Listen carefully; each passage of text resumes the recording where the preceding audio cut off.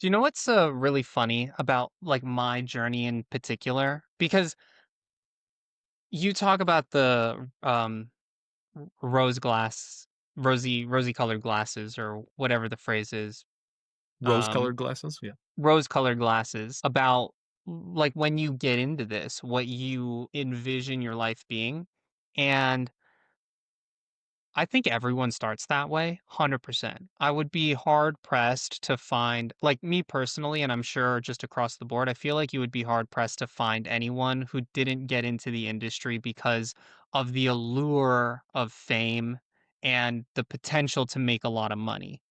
I think that that's where everybody sort of starts.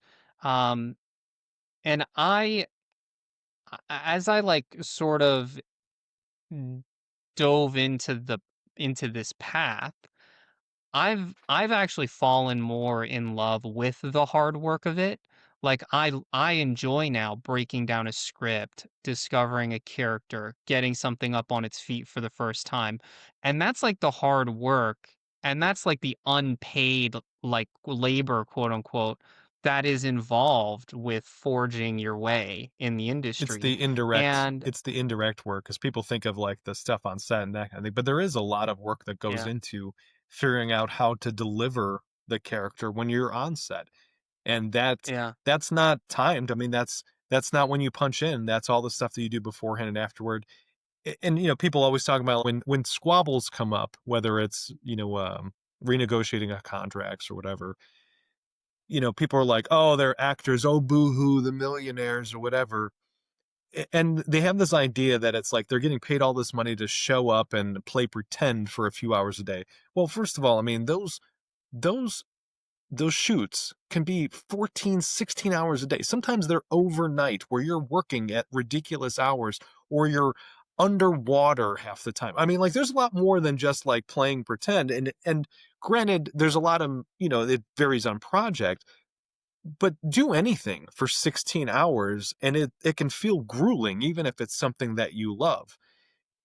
But on top of yeah, that, there's so much like that's not just that moment. It's not just in front of the camera. There's a lot more that you have to do, and people, I think, discount that. And I don't think every actor goes through the same length, and they all have different processes, whatever.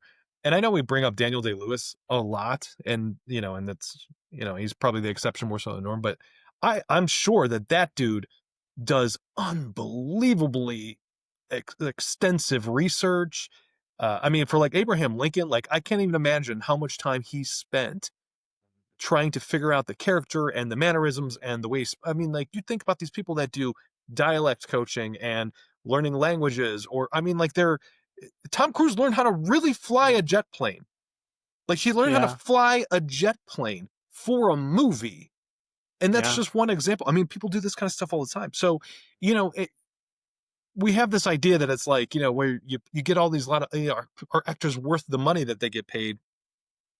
I think they kind of are.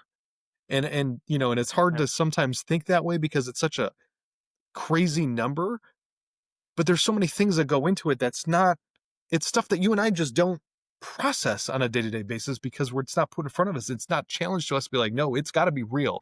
To do this, it's so specific. You have to do so much work to make it believable, and we take that for granted. It's it's wild. Like I agree with you. I think a lot of people really don't understand what being an actor really entails because it kind of is a 24/7 sort of job. You bring up Daniel Day-Lewis, and that's such a great example because he's also spoken in interviews about just the level of research that he did leading up to being on set for that project. And it's it's an obsessive kind of love for what you do because I mean, like, I've even done it. I played a recovering addict in a project one time. Through the course of events of the project, I relapsed, and I did so much research, watching YouTube videos, reading medical journals, finding out what are the symptoms and how they present, and Mhm. also, like, how they would present in a specific kind of person. Is your first relapse different than your fifth relapse? I did so much, and I arrived to set so freaking prepared. And it's an obsessive kind of love. And not everyone has that. Some people Yeah, want to just clock in and clock out and know, like, I clocked out, I'm done working. I will come back tomorrow, but I'm done. Don't talk to me. Like, some people want yeah. that. And it's a different kind of career, and it's really not for everybody. Even in that example, and I'm not discounting the work that you did because I'm sure I know your work ethic. You put a lot into your performance, into your character builds. So don't take this that way. Your process was to look up videos and research articles and all that stuff, which I'm sure amounted a ton of time. For some actors, they if they had the same role, they would say, "I have to go to a rehab center. I have to check Sure. myself in. I Yeah. have to be with those people. I gotta spend time with them. I have to understand them." They would talk to them and, you think about the dedication that that takes because Mhm. that's stuff that, yeah, you're getting paid for the project, but nobody is telling you to go do that thing. But if you want to make it believable and you feel like that's the vessel to do that, then that's something you feel is a requirement for that role. Because just like you can go and look it up on the internet and find all these things in here, so can the audience. So if Mhm. they're like, "Wow, that's really interesting. Does that really happen when somebody is relapsing?" Oh, that's not right at all. Well, this guy doesn't know what he's talking about. Or even worse yet, imagine you're somebody who did have an addiction and then they watch this role being portrayed by an actor who has never, I assume you've never had an addiction and had to relapse in real life. Well, But not a imagine drug like, addiction. but imagine like somebody who had gone through that horrendous thing and that turmoil in their life, and then they watch somebody else go get, accolades for it, and they're just way off base. And you're like, that's not what it's like at all.